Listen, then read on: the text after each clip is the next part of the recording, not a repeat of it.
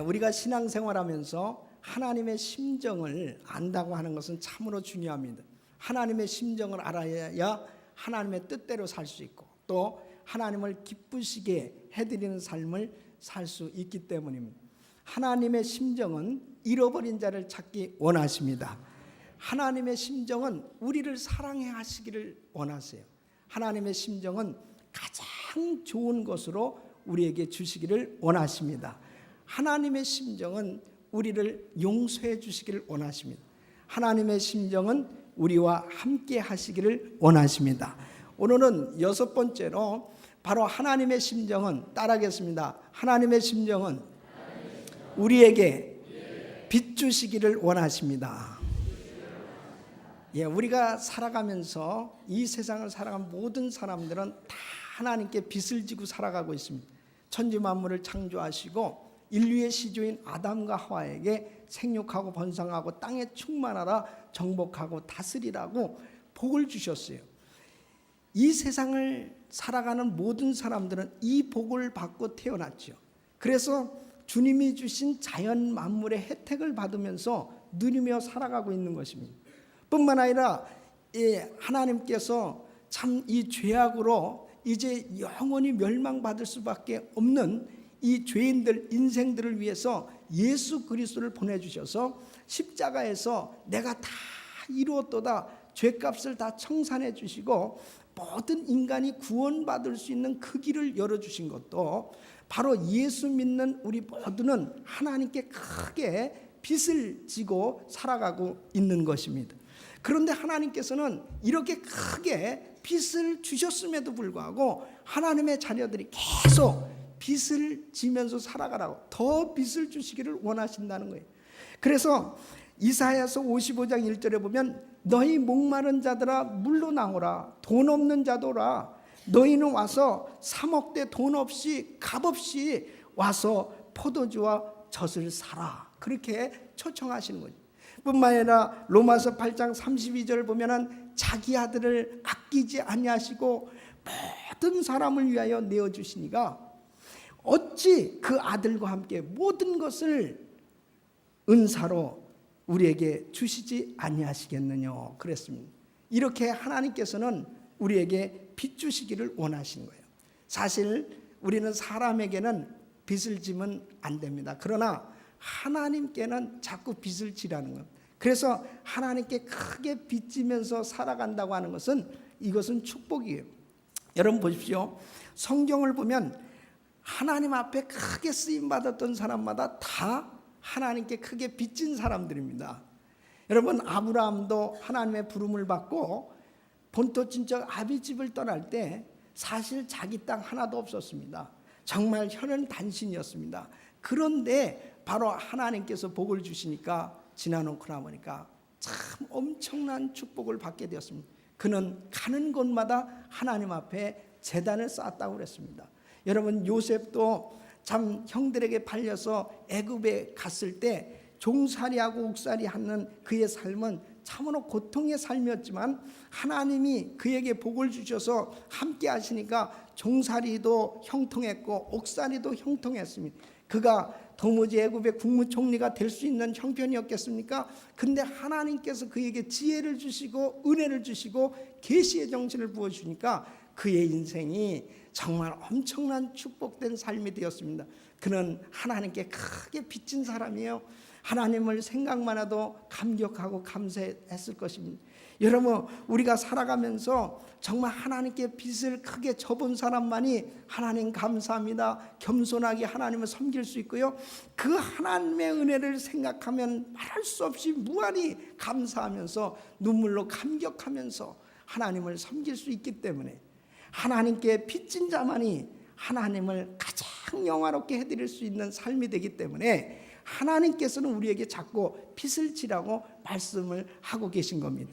여러분 하나님 앞에 위대하게 쓰임받았던 사람마다 저마다 다 하나님 앞에 크게 빚을 진 사람들입니다. 사도 바울도 역시 마찬가지입니다. 그는 포행자여 핍박자여 회방자였다고 그랬습니다. 그가 주님의 손에 붙들려서 위대한 사도로 쓰임을 받게 되었을 때 참 참으로 나 같은 부족한 사람을 하나님께서 이렇게 은혜를 주셨다고, 그는 나의 나 된 것은 하나님의 은혜로 된 거라고, 바로 크게 빚을 졌기 때문에 그는 핍박과 곤란과 그런 환난 가운데서도 감격하면서 감사하면서 주의를 할 수 있었어요. 여러분, 사람에게는 빚을 지지 말아야 되지만 하나님에게는 자꾸 빚을 지라는 거예요. 그래서 하나님 앞에 크게 빚을 진 사람은 위대한 간증자요, 하나님 앞에 귀하게 쓰임 받는 걸 믿으시고 정말 주님 앞에 계속 빚을 지시기를 예수 이름으로 축원합니다. 하나님 앞에 정말 빚을 져본 사람만이 바로 그 주님의 은혜를 알고 그 주님과 진정한 교통이 이루어질 수 있는 것입니다. 저는 오늘 이 본문 말씀을 통해서 어떻게 하면 하나님 앞에 빚지는 삶을 살 수 있을까 하는 것에 대해서 말씀을 드리려고 해요. 원래 이 누가복음 11장에 보면은 예수님께서 제자들에게 주기도문을 가르쳐 줍니다. 바로 이 어떻게 기도를 할 것인가, 이 기도에 대해서 가르쳐 주시는 것도 역시 바로 하나님께 빚지는 방법을 가르쳐 주시는 거예요. 그러면서 오늘 이 본문 말씀은 실내로 바로 하나님께 빚지는 방법에 대해서 말씀을 하고 있는 것입니다. 뭐 간단한 예지만 밤중에 친구가 찾아왔을 때 바로 그 대접할 음식이 없었을 때 다른 벗에게 가서 바로 그 밤중에 강권에서 참으로 강청에서 그 음식을 빌려오는 그러한 이 예를 통해서 하나님께 빚지는 삶을 살아라, 하나님께 이렇게 빚지는 삶을 살라고 우리에게 교훈을 해주고 있습니다. 여러분, 어떻게 하면 하나님께 빚지는 삶이 될 수 있느냐? 첫째는 바로 자신의 것이 비워져야 하나님께서는 빚을 주신다 하는 것입니다. 여러분, 우리가 내가 무엇을 가지고 있다고 할 때는 이 빚을 받을 수가 없는 것입니다. 바로 하나님께서는 우리에게 이 빚을 주시기 원하시는데 내 것이 너무 많아. 그럴 경우에 하나님께서 주실 수 없다는 것입니다. 지금 보십시오.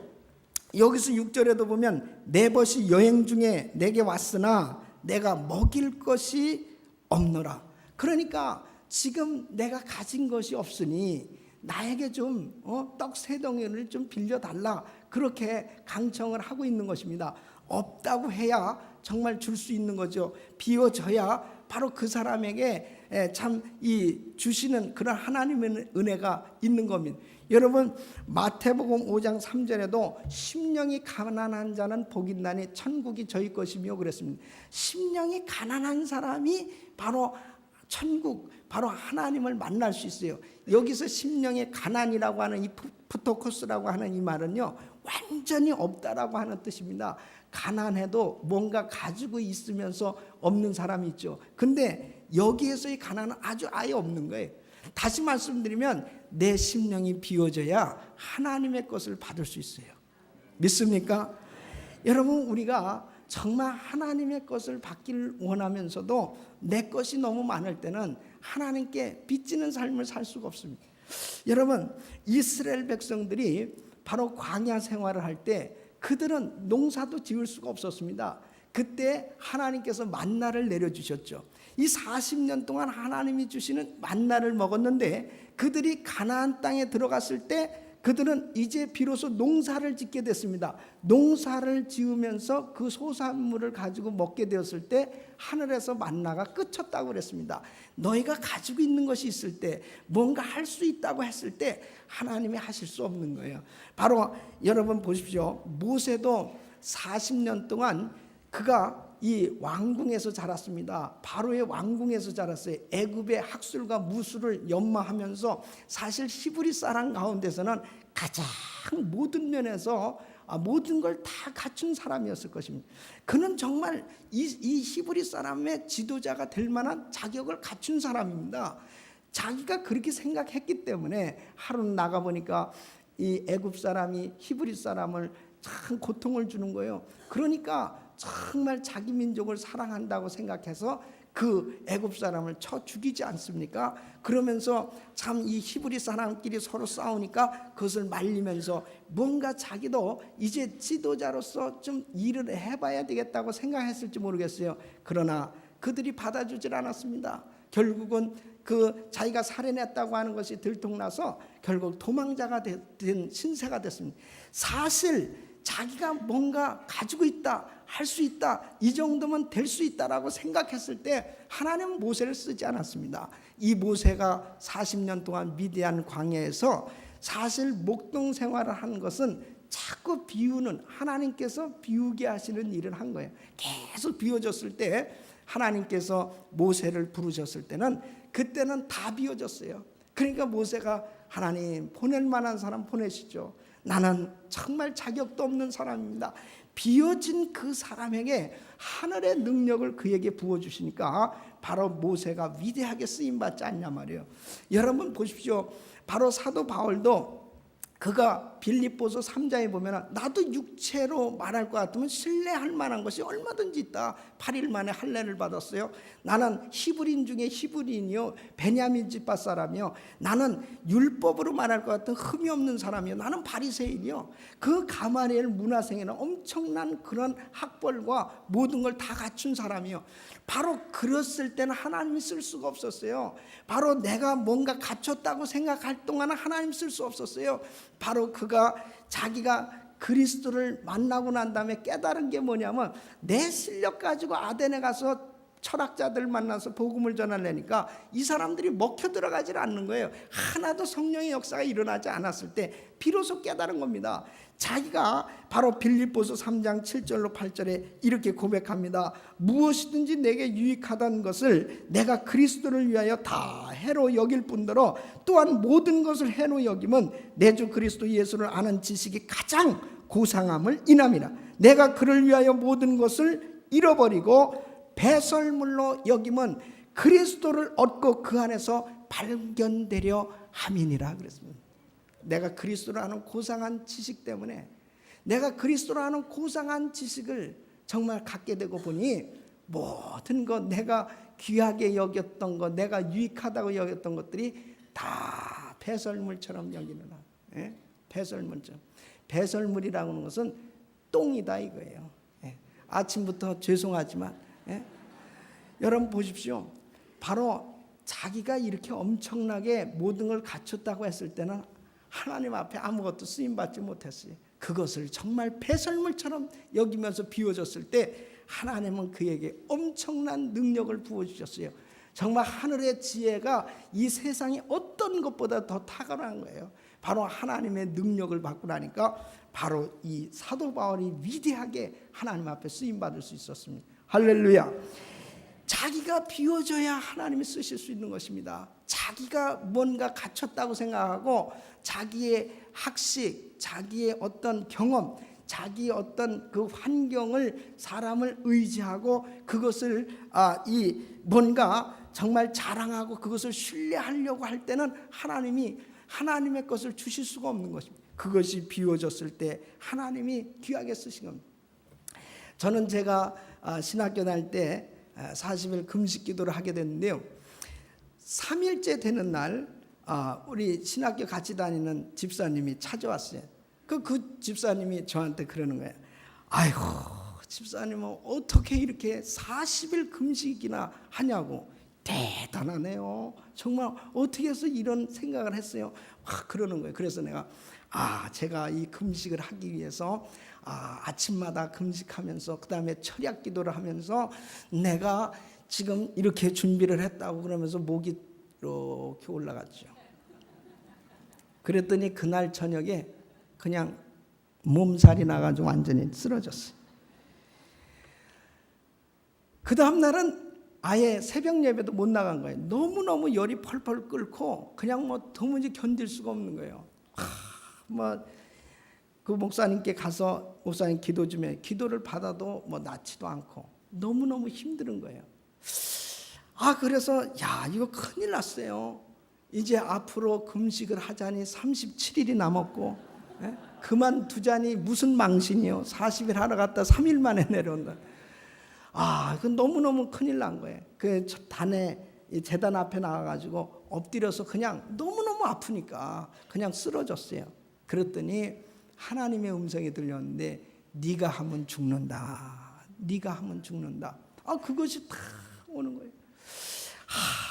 정말 그 집사님은 왜 날 찾아와가지고 나한테 시험을 줘가지고 내가 이게 나도 모르게 교만하게 말이에요. 그냥 내가 뭘 어쩌고 이렇게 하다가 그냥 내가 이렇게 쓰러졌단 말이에요.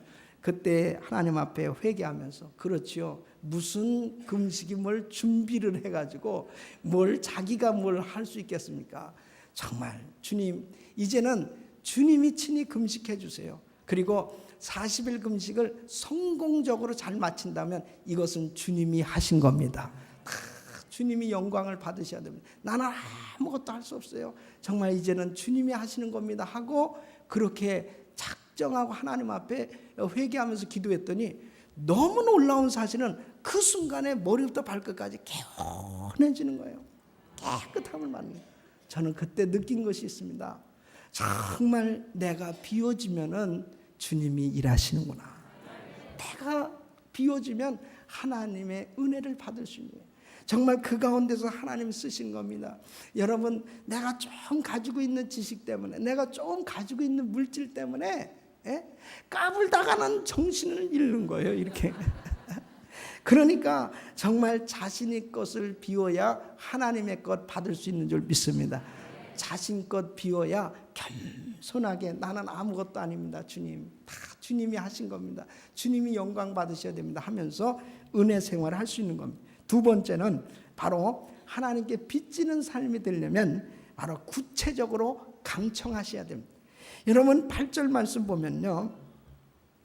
내가 너에게 말하노니 비록 벗됨을 인하여서는 일어나 주지 아니할지라도 그 강청함을 인하여 일어나 그 소용대로 주리라 그랬습니다. 여기서 이 강청이란 말은요 히랍어로 부끄러움이 없다는 말의 의미예요. 다시 말씀드리면 뻔뻔하게 보일 정도로 염치 없는 자세를 의미하는 겁니다. 그래서 이 강청이라고 하는 것은 문을 두드리는 마음의 절박성을 의미하는 것입니다.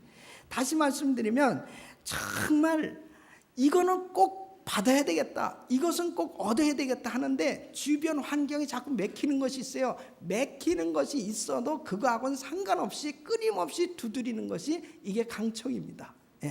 그런데 하나님은 이렇게 강청하라는 것입니다. 이렇게 뻔뻔하고 정말 이 염치 없이 보여진다 할지라도 지금 밤인데 아이들하고 다 지금 잠을 자고 있는데 참 남한테 이 폐를 끼치고 이거 이 문을 두든다는 게 이게 민망한 일인데 이거 체면 이게 참 없는 일인데 하는 사람은 강청할 수 없죠. 그런데 바로 이것을 받아야 되겠다고 하니까 체면을 불구하고 뻔뻔하게 보일지라도 염치를 불구하고 구한다 이거예요. 근데 우리 예수님께서는 이렇게 구하라는 겁니다. 이렇게 구하라는. 자 보십시오. 마가복음 2장에 보니까 이 중풍병자를 침상째 네 친구들이 데리고 왔어요. 근데 너무 사람이 많으니까 그 안에 들어갈 수가 없는 거예요. 그러니까 지붕을 뚫고서 사람을 이 침상째 내렸습니다. 사실 보면은 이거는 이치에도 안 맞는 일이에요. 아니 남의 지붕을 왜 뚫습니까? 남의 지붕. 그런데 참 그 성경에 보면은 예수님께서 이 뻔뻔한 사람들아 뭐 하면서 물러가라고 그러지 않았거든요. 보면은 내가 침상을 들고 걸어가라 그러면서 고쳐주신단 말이에요. 그렇게 그 예수님을 믿었기 때문에 그렇게 강청하는 자세를 가진 거 아니겠습니까? 바로 그 믿음을 귀하게 여깁니다. 마태복음 15장 보면 수르보닉의 여인이 예수님 앞에 와서 말이죠. 내 딸이 지금 귀신 들렸습니다. 이 귀신 들린 딸을 좀 고쳐주세요.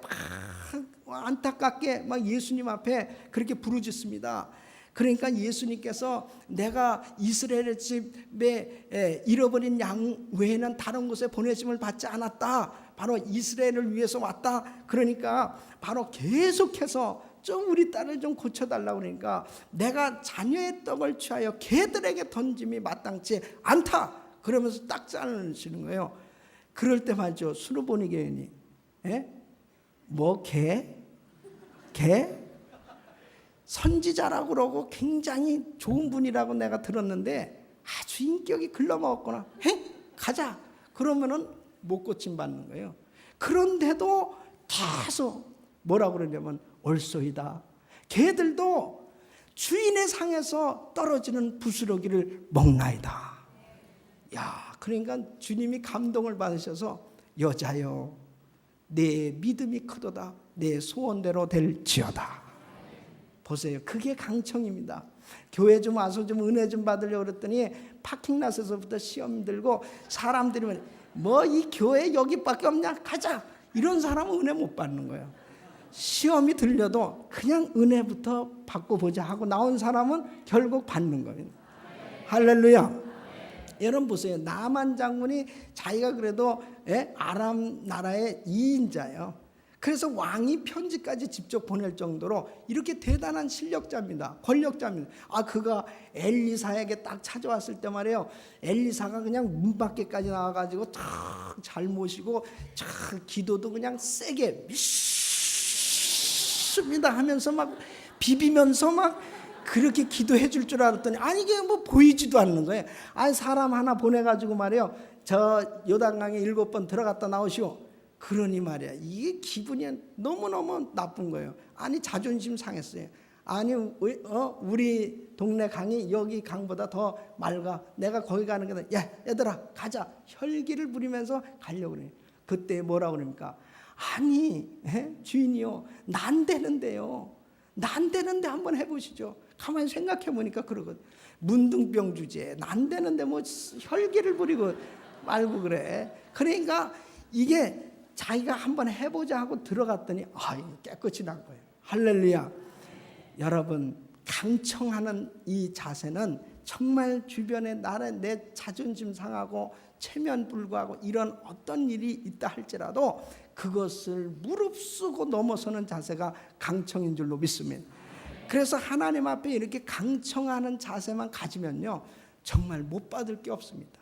바로 이 강청하는 기도만 하면 하나님께서는 얼마든지 빚을 주신 줄 믿으시기 바랍니다. 삭개오가 키가 작아요. 근데 예수님을 보기 위해서 자기는 세리장 아닙니까? 체면 불구하고 그 모든 것을 버리고 정말 뽕나무 위에 올라가는 그 자세, 그게 바로 강청이에요. 정말 하나님 앞에 이런 강청하는 자세를 가지시길 예수 이름으로 축원합니다. 우리가 신앙생활 하다 보면요 어떤 분들은 참 은혜를 잘 받아요. 근데 어떤 분은 참 그렇게 은혜를 받기 힘들어요. 가만히 보면은 정말 염치불구하고 참 체면을 무릅쓰고 강청하는 자세를 가진 사람은 꼭 은혜를 받아요. 그런데 뭐 다음에 받지 뭐, 그리고 괜찮아 됐어 뭐 그렇게 꼭 해야 되나, 이런 경우는요 받을 길이 없습니다. 주님도 강청하라는 것입니다.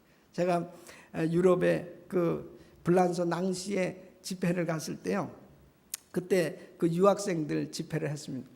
근데 맨 처음에 올라올 때는 뭐 그냥 담배들 피고 그리고 그저 무슨 뭐 수양이 한다고 왔지만 참 은혜를 못 받은 형제들이 많았죠.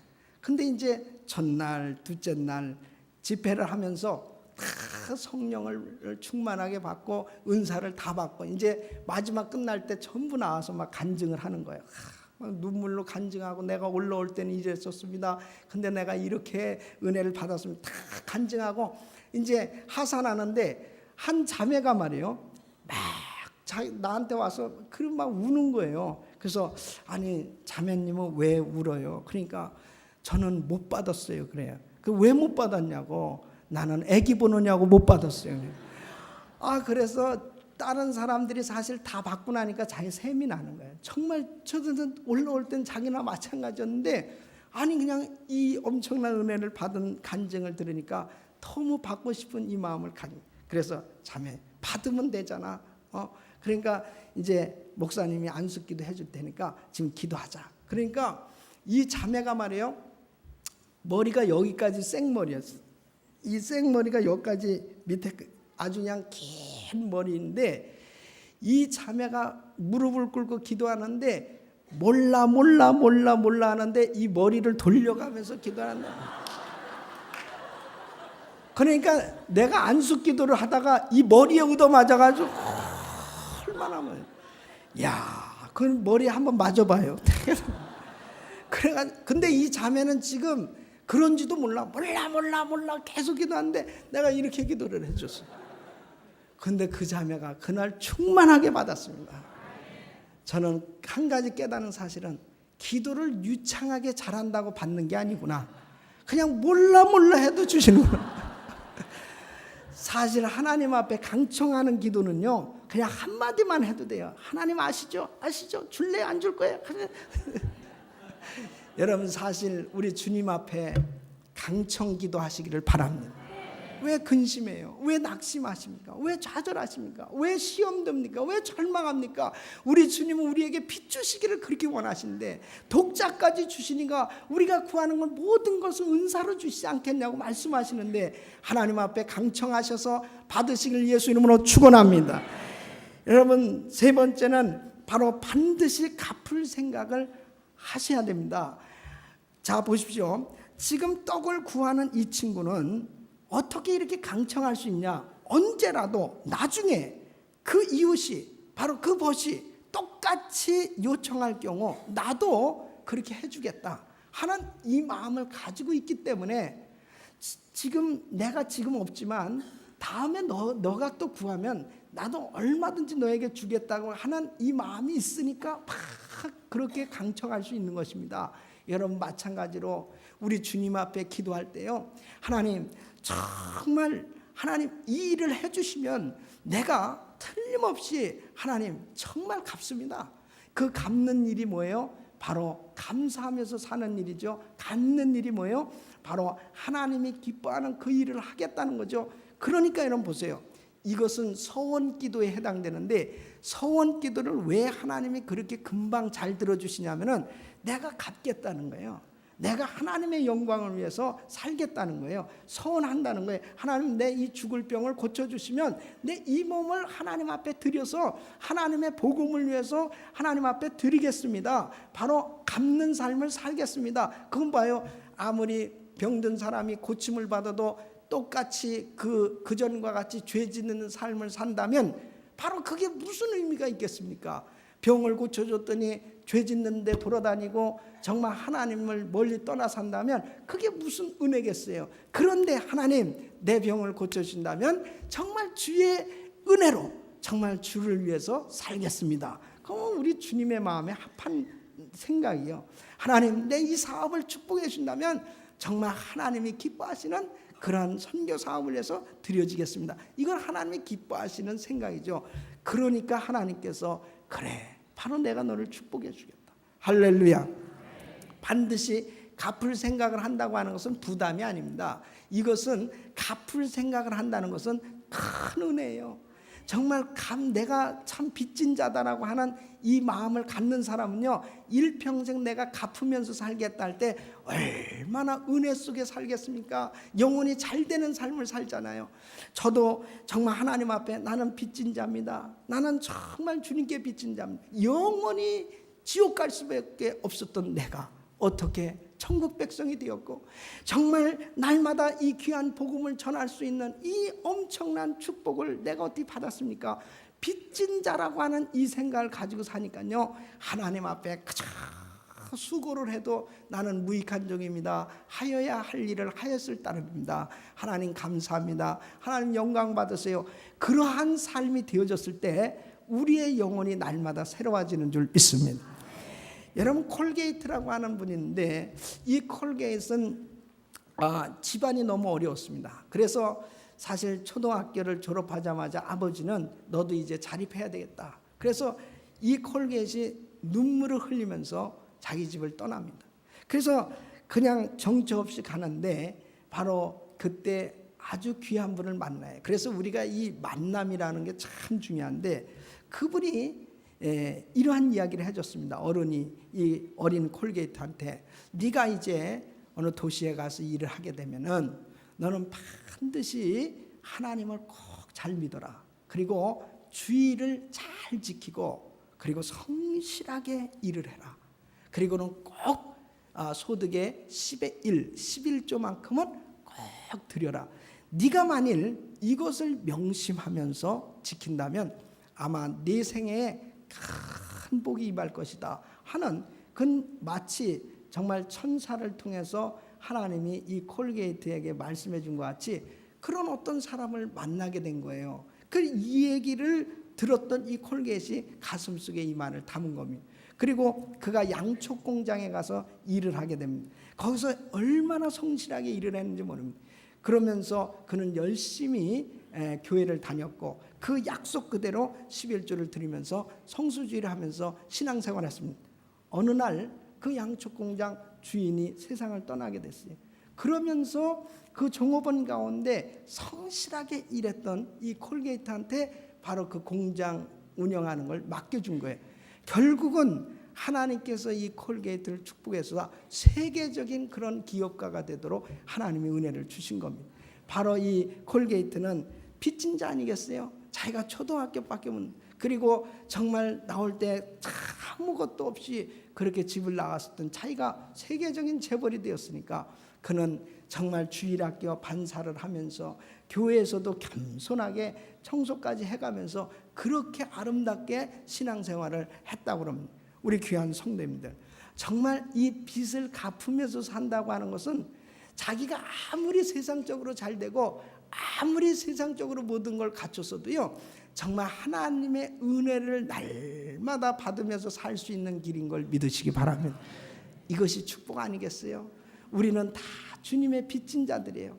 정말 단 한 가지만 하더라도 내가 지옥 갈 수밖에 없었는데 내가 구원받고 영원한 천국에 갈 수 있는 이 한 가지 사실만 하더라도 우리는 크게 빚진 자예요.